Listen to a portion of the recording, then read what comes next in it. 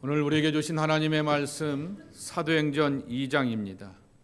37절서부터 47절까지의 말씀 교독하시겠습니다. 제가 먼저 2장 37절의 말씀을 받들어 봉독합니다. 그들이 이 말을 듣고 마음에 찔려 베드로와 다른 사도들에게 물어 이르되 형제들아 우리가 어찌할꼬 하거늘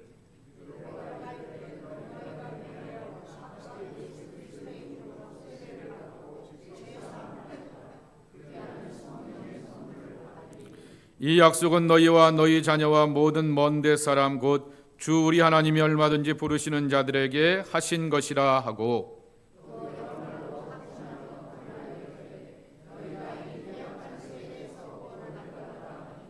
그 말을 받은 사람들은 세례를 받음에 이날에 신도의 수가 3,000이나 더하더라.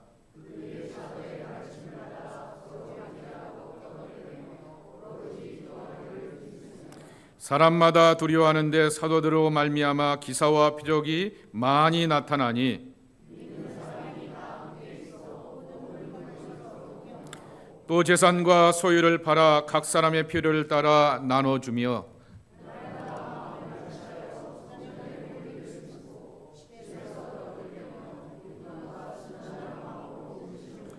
함께 박들어 봉독합니다.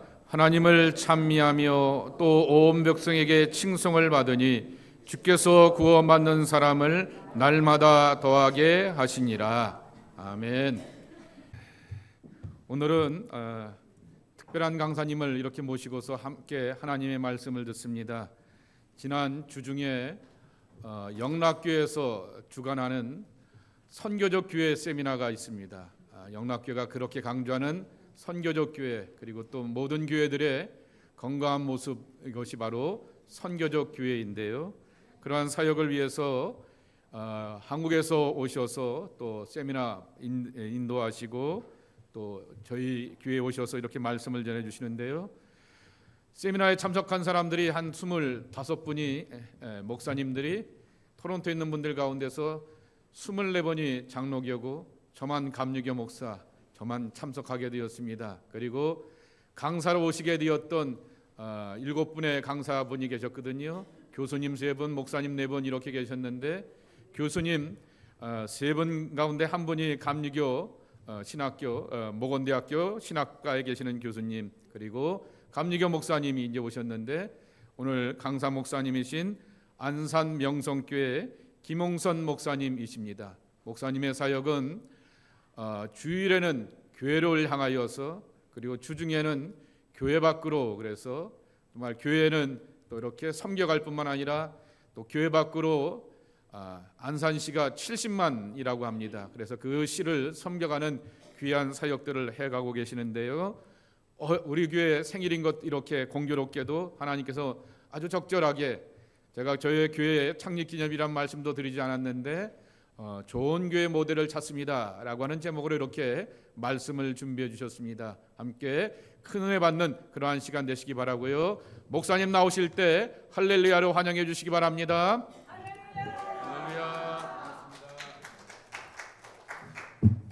할렐루야. 우리 강림교회 성도 여러분들을 이렇게 주 안에서 만나 뵙게 돼서 너무 감사하고 또 여러분들을 축복하고 오늘 이 시간 여러분과 함께 예배 드리는 것이 저에게는 아주 특별한 은혜이고 특별한 경험이라고 생각을 합니다.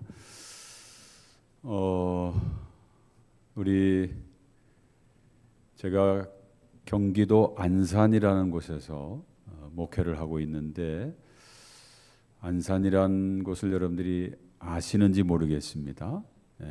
경기도의 한쪽 서해 바닷가 쪽에 있는 그리 크지 않은 도시입니다. 근데 안산이 얼마 전에 아주 크게 전 국민들에게 알려지게 됐고 또 해외에 있는 우리 교민들에게도 알려지게 된 사건이 있었어요. 9년 전에 기억하시나요? 4월 16일이었는데 지금부터 9년 전 4월 16일 단원고등학교라고 하는 고등학교 학생들이 수학 여행을 제주도로 배를 타고 가다가 목포 인근 해상에서 배가 침몰하는 그런 사고가 있었죠. 그때 많은 학생들이 정말 너무너무 안타깝게 바다에 빠져서 돌아오지 못한 그런 사건이 있었어요. 세월호 사건인데 바로 그 세월호 사건의 피해자들이 다니던 단원고등학교, 바로 그 옆에 단원고등학교와 담장을 같이 쓰고 있는 교회가 저희 교회입니다. 그래서 우리 교회 고등부 학생 중에도 6명의 학생들이 그때 그 사고로 희생을 당했죠. 그 사고로 인해서 안산이 아주 전국에 떠들썩하게 알려지게 됐고, 아마 해외에 살고 계신 많은 그런 교민들도 아마 그때 그 뉴스를 다 들으시고 안타까워하시고 올 수는 없고 갈 수는 없지만 그 사고를 당한 유족들의 마음을 여러분들이 있는 자리에서 얼마나 아플까, 얼마나 힘들까 그렇게 아마 위로해 주시고 기도해 주셨을 것이라 저는 생각합니다. 그로부터 세월이 9년이 지났지만 아직도 안산은 그 슬픔이 채 가시지 않고 유족들의 마음속에 또 주민들의 마음속에 그 아픔의 흔적들이 남아 있습니다. 저희 교회가 바로 그 재난의 중심지에 서 있는 교회이다 보니까 지난 9년 동안 세월호 그 참사를 당한 유가족들 위로하고 또 동네 주민들 위로하는 그런 사역을 지금까지 우리 교회 차원에서 계속 해오고 있습니다. 그래서 우리 명성교회가 특별히 다른 교회가 하는 사역들을 다 똑같이 하지만 다른 교회가 하지 않는 독특한 사역이 있다면 바로 세월호 관련 희생자들의 가족들과 그리고 그 주민들을 품고 감싸고 돌보면서 치유와 회복의 사역을 하는 것이 우리 교회의 좀 특별한 사역 중에 하나라 이렇게 말씀을 드릴 수가 있습니다. 저는 세월호에 관한 이야기를 오늘 여러분들에게 드리고자 이곳에 온 것은 아니고요. 제가 사는 곳이 또 제가 섬기는 교회가 안산이고 안산 명성교회이다 보니까 그런 것과 관련돼 있으므로 여러분들에게 저희 교회를 좀 인상 깊게 소개하려 하니 세월호 이야기를 잠깐 드리지 않을 수가 없었습니다. 교회 오시는 우리 교우 여러분들이 교회 공동체 안에서 제일 듣고 싶어 하는 말이 뭘까요? 여러분들이 한 주간 각자의 삶의 자리에서 직장에서 일터에서 정말 피곤하게 바쁘고 분주하게 이렇게 일하시다가 교회 오시고 또 가정에서 살림하시고 여러 가지로 지치고 피곤한 가운데 있다가 이렇게 교회 오시면 우리 교회 안에 있는 성도들끼리 이곳에 와서 여러분들이 듣고 싶어 하는 말, 물론 하나님의 말씀이 제일 듣고 싶은 것일 테고요. 그것은 물론이고 교회 안에 이렇게 모여 있는 지체들끼리 서로 어떤 말을 하면 좀 여러분들의 마음을 좀 편안하게 할 수 있을까요? 제가 생각할 때에는 두 가지인 것 같아요. 하나는 교우들끼리 서로 이렇게 교회에서 만나면 함께 할게요.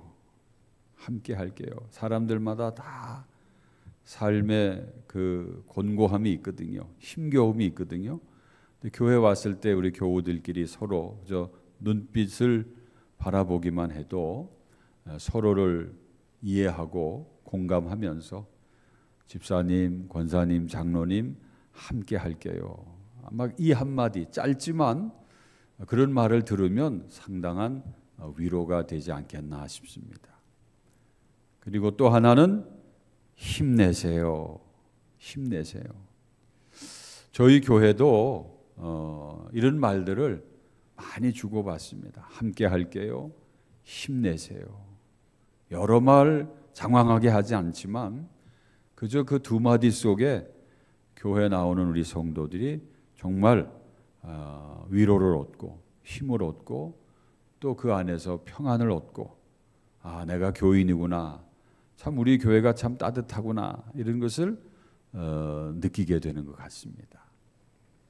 오늘 우리 강림교회 교우 여러분들 한번 그렇게 좀 서로에게 해보시면 어떨까요? 옆 사람을 보시면서 함께 할게요. 힘내세요. 거기다가 이렇게 함께 할게요 할 때는 서로 악수를 좀 하면서 한번 해보시면 어떨까요? 옆 사람과 악수하시면서 함께 할게요. 그 다음에 옆 사람에게 박수를 좀 쳐주세요. 박수하면서 힘내세요. 힘내세요. 네, 오늘 창립 34주년 맞이하시고 또 맥주감사절을 맞이하신 우리 강림교회 교우 여러분들, 교회 오실 때마다 여러분들이 서로 손을 잡아주시면서 함께 할게요. 그리고 또 서로에게 박수하시면서 힘내세요, 이렇게 격려하시면서 여러분들의 공동체가 작은 천국, 정말 아름다운 복된 공동체 이루게 되시기를 주님의 이름으로 축원합니다. 오늘 제가 드리고자 하는 말씀은요, 이 땅의 교회가 처음 시작될 때 형성되었던 초대교회의 부흥과 성장에 대한 기록을 하고 있는 장면, 그것이 오늘 우리가 읽은 본문의 말씀이거든요. 대단히 중요한 말씀입니다. 모든 교회 구성원들은 이 말씀을 수시로 읽어야 되고요. 그리고 이 말씀이 주시는 교훈을 마음비에 새겨야 됩니다. 필독하고 각심 마음에 새겨야 될 말씀이 바로 이 말씀입니다. 특별히 오늘 교회 창립기념주일을 맞이하셨으니 이럴 때 다시 한번 오늘 이 본문의 말씀을 여러분들이 읽어보고 묵상하고 이 말씀이 주시는 그런 영적 교훈을 마음에 새기는 것은 퍽 의미가 있다고 생각을 합니다. 사도행전 2장을 우리가 읽었는데 이 사도행전 2장에 나오는 초대교회의 모습은요, 오늘날 이 땅의 모든 교회가 본받아야 될 오리지널 교회의 모델이라고 할 수가 있습니다. 오늘 이 시대에 진정한 경건을 추구하는 신앙인들은 목마르게 정말 내 신앙의 요람이 될 만한 교회는 어떤 교회일까? 그런 교회를 찾고 있습니다. 비즈니스를 생각하는 사람들이 찾는 교회 말고요, 단순히 인간적인 교제와 친교를 할 수 있는 교회를 찾는 그런 교회 말고요, 정말 경건을 추구하는 신앙인들이 찾고자 하는 교회가 있어요. 어떤 교회를 찾겠습니까? 그런 분들은 무슨 규모가 큰 교회, 또는 아주 내부 인테리어가 아주 멋지게 장식된 교회, 또 시설과 공간이 아주 편리한 교회, 또는 백화점 문화센터처럼 프로그램이 다양하고 재미있는 교회, 그런 교회를 찾기보다는 그저 단순하지만 좋은 교회, 어디 좋은 교회 없을까? 좋은 교회가 과연 무엇일까? 좋은 교회를 찾는 것이 쉬울 것 같지만 쉽지 않습니다. 여러분들은 어떻게 생각하십니까? 좋은 교회란 어떤 교회가 좋은 교회일까요?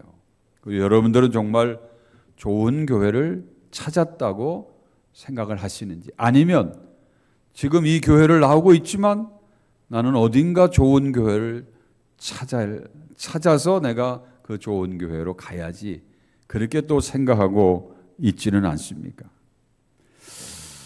좋은 교회를 찾기 원하신다면 방법이 있죠. 좋은 교회를 찾으려면 2000년 전에 예루살렘의 초대교회로 옮기시면 가장 확실해요. 그런데 현실적으로는 그것이 불가능하죠. 우리가 어떻게 시계를 거꾸로 돌려서 2000년 전으로 갈 수 있으며 여기서 우리가 어떻게 예루살렘 교회를 다닐 수가 있겠으며 불가능한 일이죠. 그럼 다른 방법은 없겠느냐? 정말 어디에 좋은 교회가 있을까? 그런 교회를 우리가 찾아다닐 것이 아니라 가장 좋은 방법은 바로 내가 다니는 교회를 좋은 교회로 만드는 방법 외에는 별 수가 없어요. 좋은 교회라고 소문이 나서 듣고 가봤지만 거기에 소속해 봤지만 얼마 안 가서 이것도 그렇게 썩 좋은 교회는 아니다.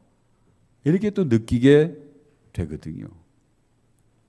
좋은 교회는 내가 찾아다녀서 어디서 찾을 수 있는 것이 아니라 내가 부름받은 교회, 내가 속한 교회, 바로 그 교회를 좋은 교회로 만들면 되는 겁니다.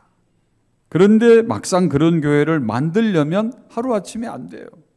시간도 걸리고 노력도 들여야 되니까. 또 귀찮고 부담스럽고 그래서 이미 만들어진 좋은 교회 없을까? 그런 교회를 찾아다닌다면 그건 무임승차하는 겁니다.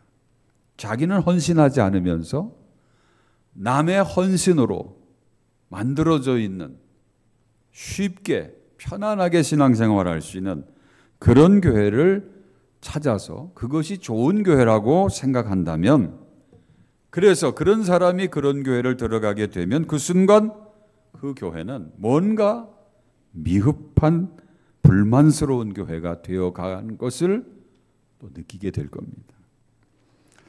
그렇기 때문에 우리는 아무리 좋은 교회가 여기 있다 저기 있다 해도 뭐니 해도 지금 내가 다니고 있는 교회가 설령 지금은 다소 부족해 보여도 장차 더 좋은 교회로 변화될 수 있음을 믿고 내가 지금 다니는 교회, 여러분의 교회, 바로 우리 교회를 좋은 교회로 만들어 나가야 될 줄로 믿습니다. 좋은 교회 만들려면 어떻게 할까요? 이미 세워져 있던 좋은 교회를 모방하기보다는 모델로 삼아야 할 것입니다. 그것이 바로 오늘 본문에 나오는 2000년 전 예루살렘에 있었던 초대교회라는 것입니다. 이 초대교회에서 우리가 배워야 할 점이 있습니다. 좋은 교회가 되기 위한 특징과 노하우가 이 초대교회 안에 다 들어 있습니다. 이 교회를 자세히 들여다보면 이 교회는 우선 자연적으로 성장하는 교회였다라는 것을 알 수가 있어요. 한번 따라해 보실까요? 자연적으로 성장하는 교회. 이 말은 무슨 말이에요? 이 말은 인위적으로 인간적인 성장 정책을 쓰지 않은 교회였다라는 거예요. 오직 성령의 역사로 말미암아 때가 되매 폭발적으로 부흥하고 성장한 교회가 바로 그 교회였습니다. 예루살렘 초대교회의 폭발적 부흥이 있기까지 그 배경과 그 이면에는 당시 초대교회의 사도들과 교인들이 성경에 보니까 기도에 힘쓰면서 하나님의 때를 기다림이 있었다라는 것을 간과해서는 안 됩니다. 그저 인위적으로 인간적인 성장 정책을 쓰지 않았으니까 자연적으로 성장했다는 것이 그냥 감나무 밑에서 감 떨어질 때까지 입을 벌리고 있었다 그런 것이 아니에요. 예루살렘 초대교회가 폭발적 부흥이 일어났는데 그 배경과 이면에는 당시의 사도들과 거기 모인 교인들이 기도에 힘썼다. 그리고 하나님의 때를 기다림이 있었다라는 거예요. 여러분, 여러분의 교회가 좋은 교회가 되려면 여러분들이 정말 기도에 힘써야 되고 그리고 때를 기다림이 있어야 돼요. 목마른 그런 목마름의 기다림이 있어야 되는 겁니다. 되면 되고 말면 말고식이 아니라 내가 섬기고 있고 내가 지체로 있고 내가 다니고 있는 이 교회가 정말 부흥하기를 간절히 기다리는 그 간절한 마음이 우리 모든 지체들의 마음 속에 있어야 되는 거예요. 초대교회 교인들은 그랬다는 겁니다. 제자들이 어떻게 했습니까? 예수님 부활승천 후에 오순절이 이르기까지 그들은 골방에서 다락방에서 약속하신 성령이 임할 때까지 오직 기도에만 힘쓰고 애썼다는 것입니다. 예수께서 부활승천하실 때에 제자들에게 뭐라 그랬습니까? 사도행전 1장 7절 8절에 보니까 이르시되 때와 시기는 아버지께서 자기의 권한에 두셨으니 너희가 알 바가 아니요 오직 성령이 너희에게 임하시면 너희가 권능을 받고 예루살렘과 온 유대와 사마리아와 땅끝까지로 내 증인이 되리라 하시니라 그랬어요.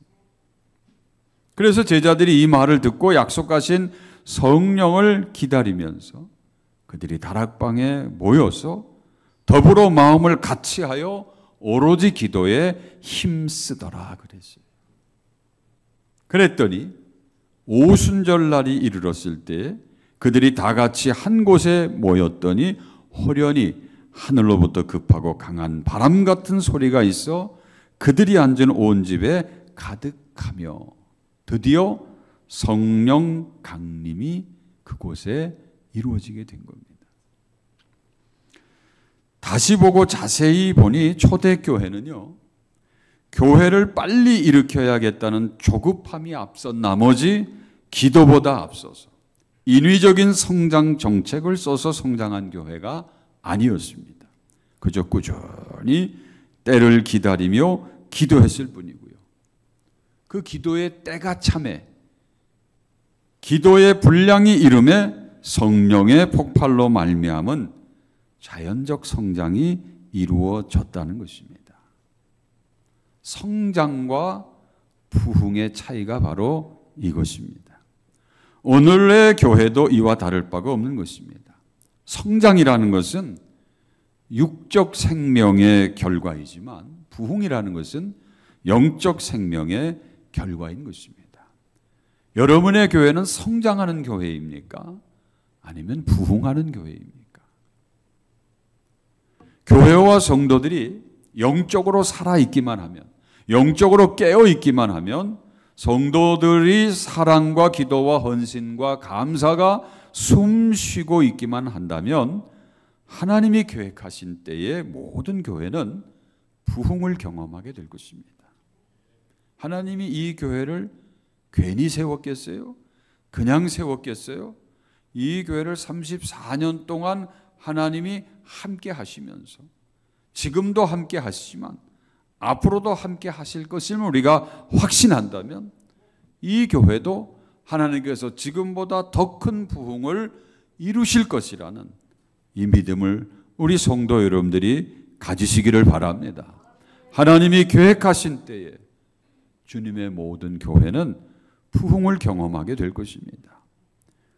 이미 우리 한국교회는 60년대, 70년대에 딱히 교회 성장을 인위적으로 계획하지 않았지만 폭발적 부흥을 경험했습니다. 60년대, 70년대 신앙생활 하신 분들은 아마 그것을 기억하실 것입니다.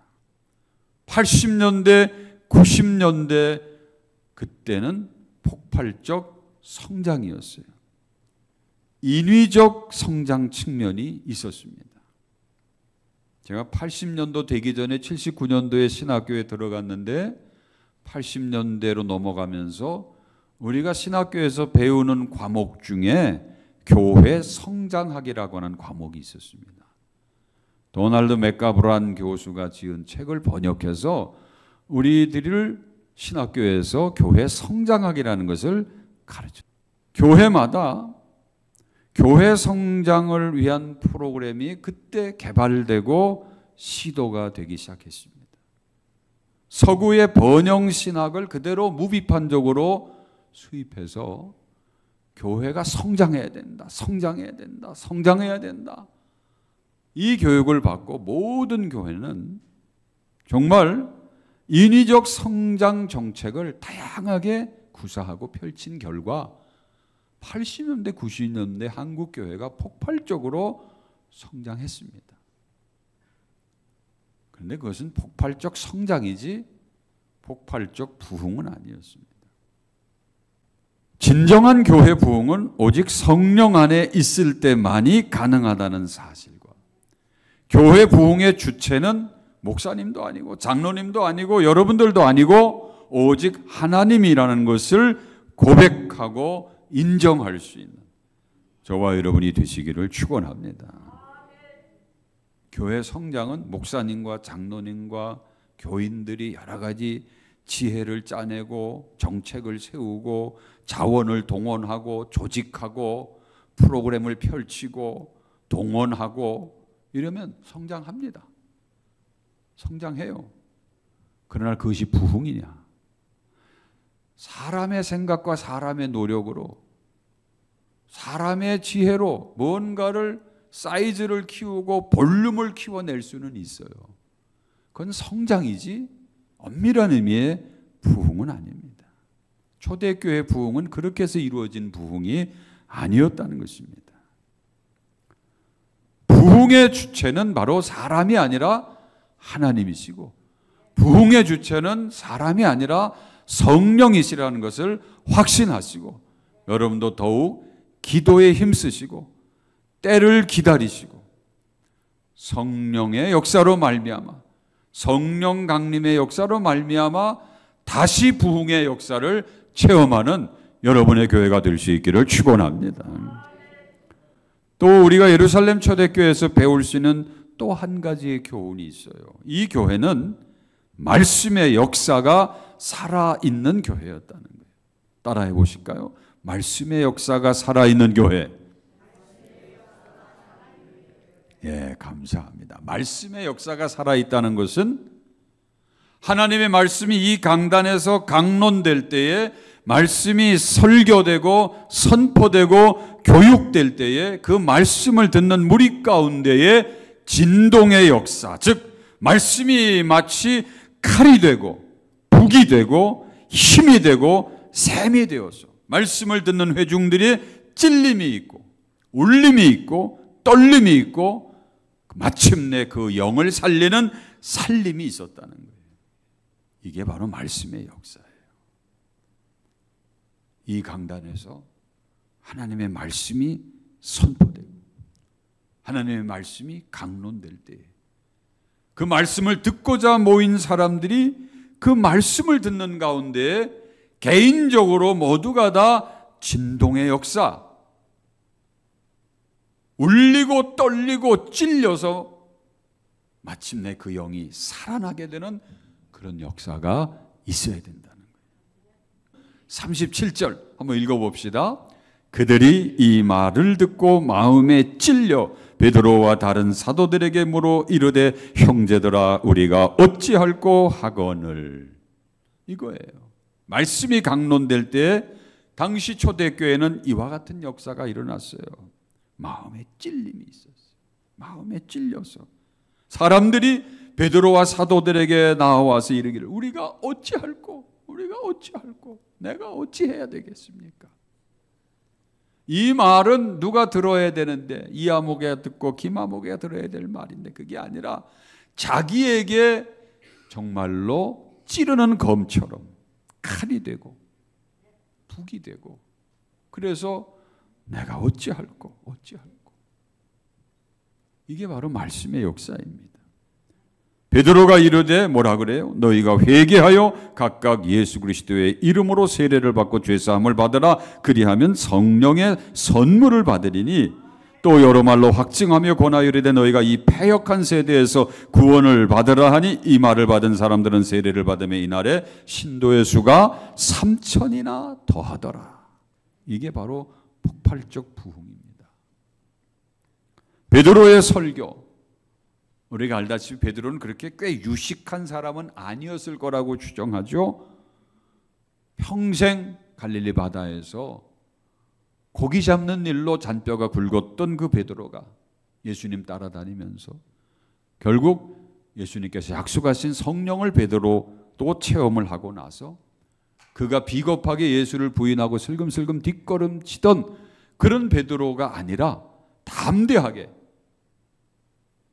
마가의 다락방의 문을 박차고 나가서 거리에서 베드로가 설교했을 때에 놀랍게도 그 설교를 듣던 유대인들의 마음이 찔렸다고 했습니다. 베드로의 언변이 좋아서 그랬을까요? 아닐 겁니다. 그의 어눌하고 단순한 설교였겠지만 그 속에 역사한 성령이 베드로가 하나님의 말씀을 선포할 때에 사람들의 심령을 찌르고 사람들의 심령을 울리고 떨리고 살리게 했던 것임을 믿으시기를 바랍니다. 37절 아까 보니까 그들이 이 말을 듣고 그랬는데요. 이 말이 도대체 무슨 말인가? 베드로의 설교거든요. 무슨 말을 했길래 베드로의 설교의 주제는 뭐였을까요? 베드로의 설교 주제는 아주 담백합니다. 아주 단순합니다. 그런데 그게 복음의 핵심이에요. 36절 그 앞절에 뭐라고 되어 있는지 아세요? 너희가 십자가에 못 박은 이 예수를 하나님이 주와 그리스도가 되게 하셨느니라. 이게 복음이에요. 유대인 너희들이 십자가에 못 박은 그 예수, 그가 죽은 줄 알았지? 그가 무덤의 권세를 깨뜨리고 사망 권세를 이기고 이 예수가 살아나셨다. 너희가 십자가에 못 박은 이 예수를 하나님이 주와 그리스도가 되게 하셨느니라. 너희가 이것을 믿느냐? 믿으면 살고 믿지 않으면 죽는 거예요. 이게 복음의 핵심이에요. 베드로는 뭐 이것저것 너저분하게 이 얘기 저 얘기 한 게 아니에요.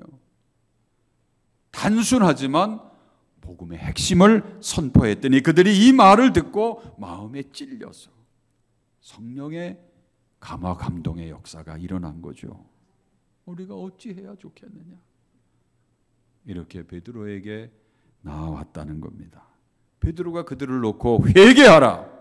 이 패역한 세대에서 너희가 회개하고 예수 그리스도의 이름으로 세례를 받고 죄사함을 받아라. 그리하면 너희가 구원을 받으리니. 그 설교를 듣고 베드로의 그 단순한 설교, 담백한 설교지만 이 복음의 핵심이 선포되는 순간 3,000명씩 꼬꾸라지고 3,000명씩 구원받는 역사가 일어났다. 이게 초대교회의 부흥이라는 말이에요. 즉 복음의 본질이 선포될 때 말씀의 역사가 일어나는 것입니다. 말씀이 선포되는 강단에서 만담이나 하고 재미있는 예화나 듣고 정치 훈설이나 하고 도덕 윤리 강론이나 웅변이나 연설을 해가지고서는 말씀의 역사가 일어날 수 없는 거예요. 우린 말을 들으러 오는 것이 아니라 말씀을 들으러 오는 거예요. 야, 저 목사 말 잘하네. 아니에요. 저 목사님 설교 잘하네. 우리가 여기 와서 듣고자 하는 것은 말 솜씨가 아니라 설교를 들으러 오는 거죠. 설교가 뭐예요? 하나님의 말씀. 복음을 선포하고 복음을 가르치고 강론하는 거예요. 복음의 핵심은 사라져버리고 그저 청중들의 귀를 즐겁게 해주려고 재미있는 예화나 재미있는 만담이나 하고 말이죠. 사람들의 배꼽을 잡게 하고 들을 때는 재밌고 좋은 것 같은데 돌아서면 뭘 들었지 내가? 그것이 내 영에 무슨 도움이 되었냐 말이에요. 나의 영적 각성과 나의 영적 무장에 나의 영적 성장에 무슨 도움이 됐겠어요? 베드로는요 듣고자 모인 무리들에게 바로 복음의 핵심만을 전했던 겁니다. 너희가 십자가에 못 박은 이 예수를 하나님이 주와 그리스도가 되게 하셨느니라. 베드로는 과거에 성령 받지 못했을 때 바로 십자가에 자기 스승을 못 받게 되니까 두려워서 도망가고 부인했던 사람이에요. 스승을 배반했던 사람이지만 그가 성령을 받고 나더니 완전히 바뀌게 됐어요. 그는 어디 가나 이 복음, 바로 이 예수가 주요 그리스도가 되었다. 너희는 이 예수 그리스도의 이름으로 세례를 받고 죄 사함을 받아야 된다. 이 복음을 전했을 때 말씀의 역사가 일어났고 그 말씀의 역사로 말미암아 뭐라 그래요? 신도의 수가 3,000이나 됐다. 3,000도 중요하지만 3,000보다 더 중요한 건 신도예요. 신도. 단순한 멤버가 아닙니다. 단순한 무리와 군중이 아니에요. 신도라는 것은 주와 예수 그리스도, 주 예수 그리스도를 나의 구주로 고백하고 죄 사함 받는 세례를 받은 사람을 신도라고 하는 거예요. 여러분을 성도라고 하죠? 성도가 뭐예요? 거룩할 성자의 무리도자. 거룩함을 추구하는 사람들, 거룩함을 쫓는 사람들, 구원의 확신을 가진 사람들, 이게 성도예요. 교회를 들락날락 하지만 구원의 확신이 없는 사람은 성도가 아니에요. 그냥 교회 멤버예요. 멤버. 교회 교족부에 이름이 올라가 있는 사람 중에 하나예요. 성경은, 교회는, 성경의 관심, 교회의 관심은 신도, 구원받는 사람, 구원받은 사람, 이겁니다. 여러분이 교회의 멤버로 머물러서는 안 돼요. 교회의 멤버로만 만족해서는 안 돼요. 여러분들이 정말 신도가 돼야 되고 성도가 돼야 된단 말이에요. 성령께서는 베드로의 그 설교를 통해서 그 말을 받은 사람들은 세례를 받음에 그날에 신도의 수가 3,000이나 더하게 하였다. 이게 바로 교회 부흥의 모습인 것입니다.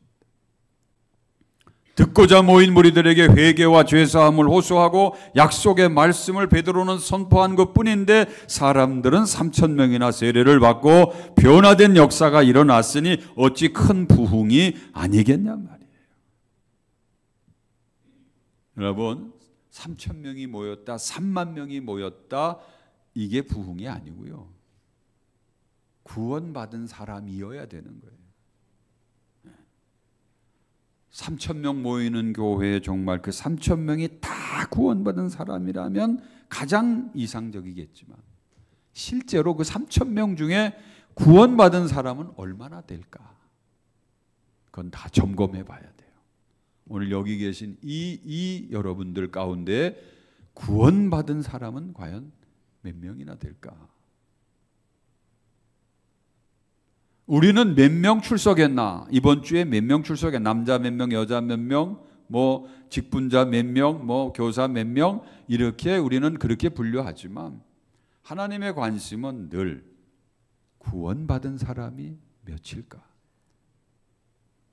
하나님은 이 세상 모든 사람들이 구원을 받으며 진리를 아는 데 이르기를 원하시느니라. 디모데를 통하여 그렇게 말씀하셨죠. 하나님의 관심은 그거예요. 하나님은 이 세상 모든 사람들이 교회의 멤버가 되기를 원하며 그게 아니에요. 하나님은 이 세상 모든 사람들이 구원을 받으며 진리를 아는 데 이르기를 원하시느니라. 진리가 곧 예수 그리스도예요. 내가 곧 길이요 진리요 생명이니 나로 말미암지 않고는 아버지께로 갈 자가 없는. 난 정말 회개의 체험이 있는가? 난 정말 구원의 확신이 있는가? 난 정말 예수 믿어서 신령한 복이든 기름진 복이든 축복의 증거가 있을까? 그리고 나는 전도의 열매가 있을까? 이 네 가지는 여러분들이 평생 스스로 물어봐야 돼요. 교회 왔다 갔다 들락날락 하면서 내가 이 교회 몇 년 다녔더라. 신앙의 연조를 꽂고 앉아 있으면 안 돼요. 이래봬도 내가 이 교회 30년 다녔지. 뭐 어쩌란 말입니까?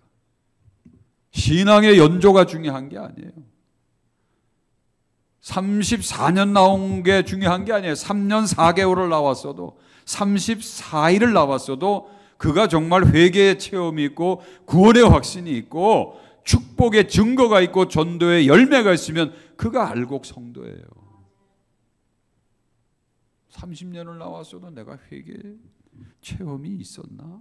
그때 내가 부흥회 때 눈물 몇 방울 찍어 그런 것 같은데 그게 회개인가? 기도원 가서 그때 한번 며칠 내가 울다 나왔는데 그게 회개인가? 난 정말 구원의 확신이 있는 건가?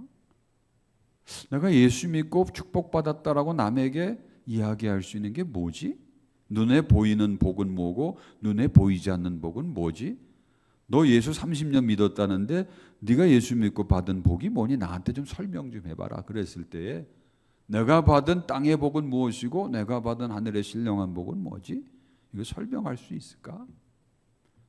나도 누군가에 의해서 내가 전도받고 내 영혼이 구원받았는데 내가 사랑의 빚진 자로서 나는 지금까지 누구를 전도했지? 내가 전도의 열매가 도대체 지금 얼마나 맺혔을까?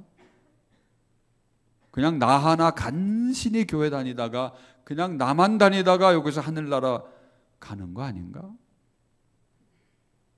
여러분, 이걸 우리가 물어야 돼요. 초대교회는 바로 신도의 수, 이따가도 나오겠지만 구원받은 자의 수를 날마다 더하니라 그랬어요. 교회 안에 구원받은 자의 수가 더해가는 이것이 바로 부흥이란 말이에요. 3,000명 모이는 교회 아무리 사람들이 수천 명 들락날락 해도요, 구원받는 사람이 없다면, 많지 않다면 그 하나님 보시기에 그렇게 바람직한 교회 아니에요. 300명밖에 안 모이지만, 30명밖에 안 모이지만 거기 모이는 사람들이 정말 구원의 확신을 가지고 드나들고 그 교회에 헌신하고 있다면 그 교회가 바로 진정으로 하나님이 기대하시는 교회, 하나님이 인정하시는 교회가 될 겁니다. 여러분들의 교회가 좋은 교회가 되려면 말씀의 역사가 살아있는 교회가 되어야 될 줄로 믿습니다.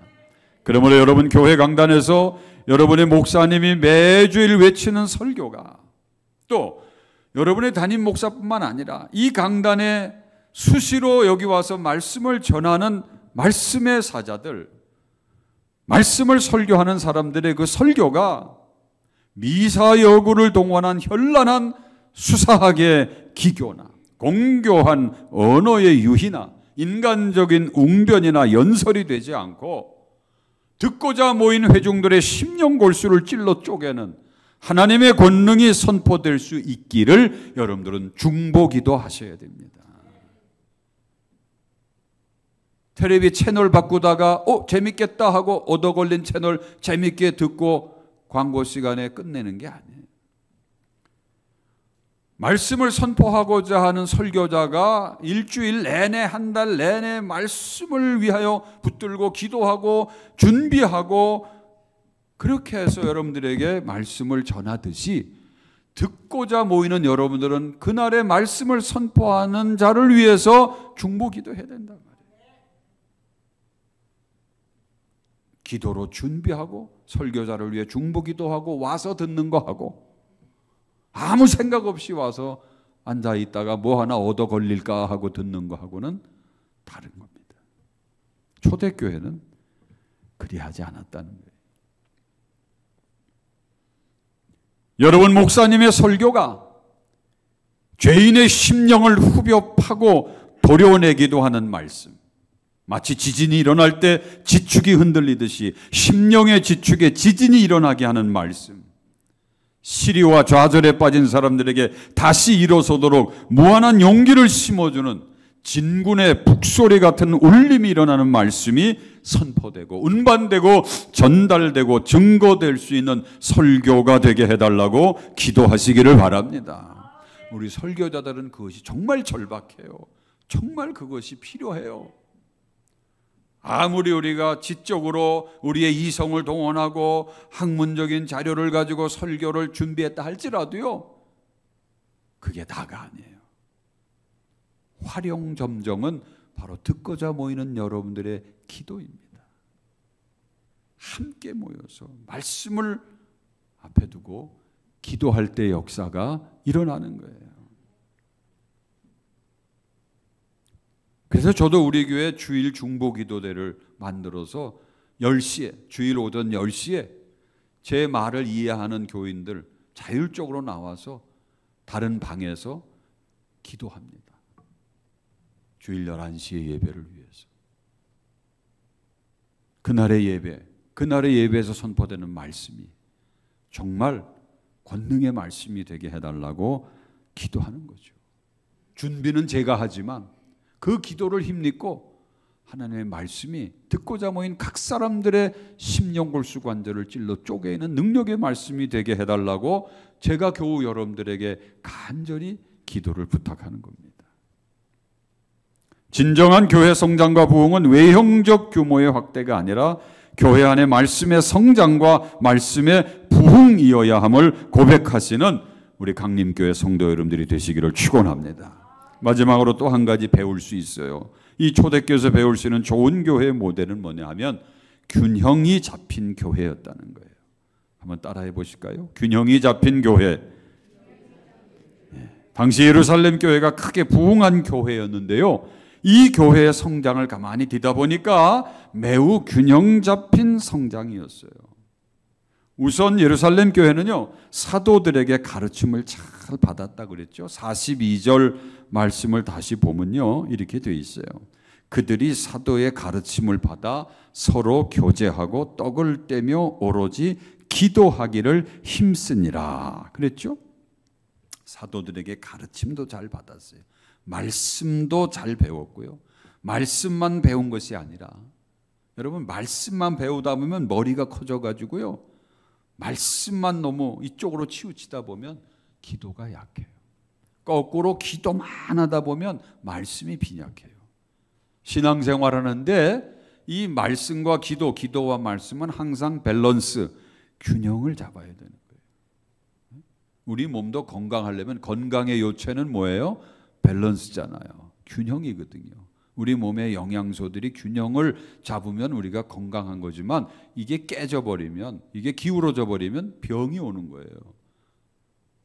건강하다는 것은 다른 게 아니에요. 균형입니다. 교회도 마찬가지예요. 여러분의 신앙도 건강한 신앙이 되려면 균형을 잡아요. 아, 나는 말씀은 골치 아파. 말씀은 지루해. 말씀 배우는 거 난 싫어. 난 기도가 좋아. 어떤 분은 아유, 이렇게 시끄럽게 기도만 해. 말씀이 있어야지. 말씀 배우는 건 좋아하지만 또 기도는 안 해. 그것도 안 되는 거예요. 여기 42절에 보니까 그들이 사도들의 가르침을 받았을 뿐만 아니라 오로지 기도하기도 힘썼다 그랬어요. 즉 지성과 영성으로 겸비된 교회가 바로 예루살렘 교회였다는 거예요. 그렇죠? 지성은 냉철함이고요, 영성은 뜨거움이라고 할 수 있어요. 냉철함과 뜨거움이 조화를 이루는 교회예요. 우리 교회 카페가 있는데 카페 올라가면 카페지기 권사님이, 목사님 제가 시키기도 전에 아포카토 드실 거죠? 그래요. 제가 아포카토를 좋아하거든요. 우리 교회 카페 메뉴 중에 최고의 비싼 메뉴인데 아포카토를 제가 먹으니까 우리 교인들도 따라서 아포카토가 뭐예요? 아포카토 맛있다고. 그래서 아주 제가 우리 교회 카페 매출을 올리는데 1등 공신입니다. 저를 따라하니까. 아포카토 여러분 드셔보셨어요? 아시죠? 네, 아주 달콤한 아이스크림에 아주 쓰디쓴 커피 에스프레소를 거기다가 이렇게 부어요. 뜨거운 커피와 차가운 아이스크림의 만남이에요. 아주 묘하죠? 가장 쓴 것과 가장 단 것이, 가장 뜨거운 것과 가장 차가운 것이 만나서 아주 신비한 맛을 내는 게 아포카토입니다. 초대교회가 냉철함도 있었고요, 뜨거움도 있었어요. 지성도 있었고 영성도 있었습니다. 또 이 교회는 교인들끼리 친교도 잘하고요, 우리끼리만이 아니에요. 교회 바깥에 이웃을 돌보는 일도 잘했습니다. 교우들끼리 교제도 잘하고 또 이웃에게는 떡도 잘 나눴어요. 초대교회 공동체는 자기의 소유를 팔아서 궁핍한 자들을 구제했어요. 누가 강제하지 않았지만 순전히 자발적으로 자원해서 자기 물건을 팔고 땅을 팔아서 그것을 통용하면서 각 사람의 필요를 따라 나누어 주었다 그랬어요. 아까 우리가 읽은 44절, 45절 말씀 다시 한번 읽어볼까요? 저기 믿는 사람이 다 함께 있어 모든 물건을 서로 통용하고 또 재산과 소유를 팔아 각 사람의 필요를 따라 나누어 주며, 이게 초대교회에 있었던 일상적인 일입니다. 즉 초대교회 성도들은 안으로는요 예배와 기도 생활, 바깥으로는 섬김과 나눔의 삶으로 균형을 잘 이루었다는 겁니다. 예수쟁이들이 뭐 하는 사람들이야? 몰라. 자기들끼리 어디 건물에 모여가지고 큰 떠들고 찬송하고 기도하고 자기들끼리 떡해 먹고 그러고 헤어지는 것들이 예수쟁이지? 그렇게 우리가 비춰줘서는 안 되는 거예요. 몰라. 그 안에서는 뭐 하는지 내가 들어가 보지 않아서 모르겠지만 예수 믿는 사람들은 동네를 위해서, 마을을 위해서, 지역사회를 위해서, 어려운 이웃들을 위해서 무한정 사랑을 베푸는 사람들이 예수쟁이들인 것 같아. 이렇게는 느껴져야 돼. 안으로는 예배와 기도 생활에 집중하는 사람들입니다. 경건의 모양이 아니라 경건의 능력을 추구하는 사람들이고요. 바깥으로는 교회 바깥 사회적 약자들에게 기꺼이 다가가서 섬기고 나누는 삶. 이게 바로 그리스도인의 모습이에요. 그게 바로 교회입니다. 어느 한쪽으로 치우치지 않고 균형을 잘 잡은 교회가 바로 예루살렘 교회였습니다. 즉 건강한 교회의 전형적 모델이 된 교회가 바로 초대교회였다는 거예요. 여러분의 교회도 좋은 교회가 되려면 균형 잡힌 건강한 교회가 되어야 할 줄로 믿습니다. 예배도 잘 드리는 교회이지만 나눔도 잘 펼치는 교회, 하나님도 사랑하는 교회이지만 이웃도 사랑하는 교회, 교인들끼리 친교도 잘하는 교회이지만 이웃과도 소통도 잘하는 교회, 이런 교회의 모습을 잃지 않도록 더욱 기도하시고 이런 일에 여러분들의 마음과 뜻을 모으시는 여러분들이 되시기를 축원합니다. 말씀을 맺을게요. 오늘 우리가 읽은 성경 말씀에 나오는 초대교회는 실로 좋은 교회의 모델입니다. 인위적인 성장을 꾀하지 않았어도요, 성령 안에 무시로 깨어 기도하며 기도보다 앞서지 아니했을 때의 성령의 역사로 때가 되매 자연스러운 성장을 이룬 교회입니다. 교회마다 다 때가 있습니다.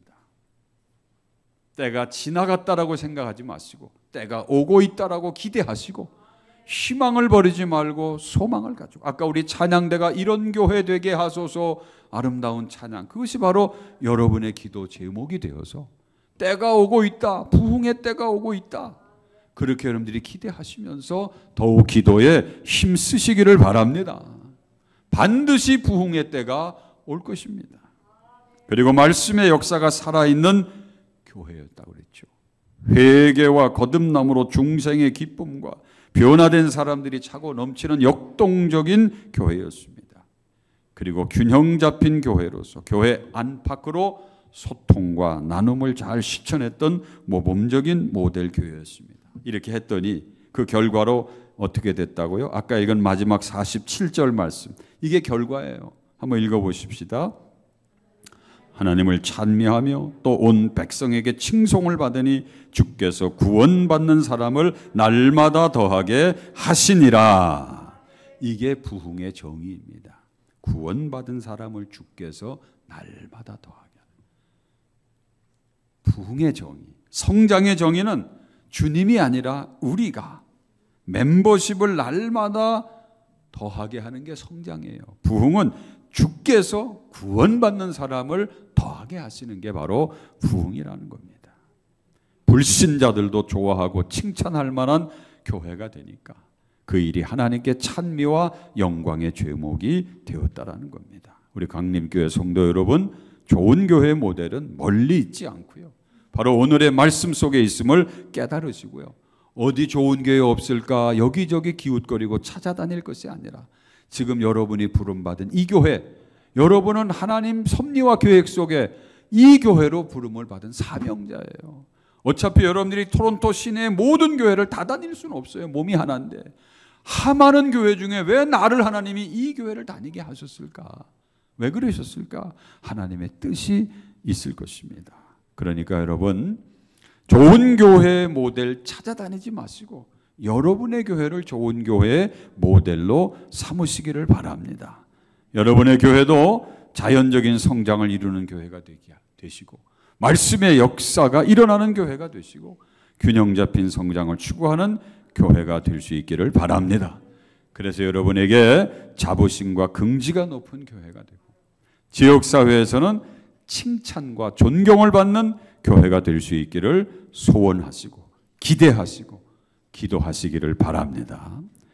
여러분 평생 교회를 섬기는 동안 여러분 모두는 여러분들의 후손들이 좋은 교회를 찾느라고 철새처럼 유리방황하지 않도록 여러분 후손들에게 큰 교회는 아닐지라도 좋은 교회를 유산으로 물려주심으로 훗날에 여러분 자녀 후손들에게 존경받는 믿음의 조상들이 다 될 수 있기를 주님의 이름으로 축원합니다. 기도하겠습니다. 하나님, 강림교회가 창립 34주년 맞이하게 하심을 감사합니다. 30여 년이 넘는 세월 동안 이 교회를 실어버리지 아니하시고 주님 눈동자처럼 불꽃 같은 눈으로 지켜주시고 여기까지 이르게 하신 것 감사합니다. 이 창립 기념주의를 맞는 우리 강림교회 온 성도들, 이 교회가 더욱 자연적인 성장을 이루는 교회가 되게 하옵시고 말씀의 역사가 더욱 일어나는 교회가 되게 하옵시고 균형 잡힌 건강한 교회가 되게 하여 주시사 이 교회가 좋은 교회의 모델이 되게 하여 주시옵소서. 맥주감사절을 겸하여 또 맞이하게 하시니 감사합니다. 지난 반년 동안 베풀어 주신 하나님의 은혜와 축복을 떠올리며 하나님 앞에 감사하게 하여 주옵시고 앞으로 남은 1년의 반년 동안 또 베풀어 주실 은혜와 축복을 기대하며 감사함으로 나아가는 강림교회와 성도들 되게 하여 주시옵소서. 이 교회를 통하여 이 성도들을 통하여 하나님 큰 영광 받으시기를 원하오며 우리 구주 예수 그리스도의 이름으로 기도하옵나이다. 아멘.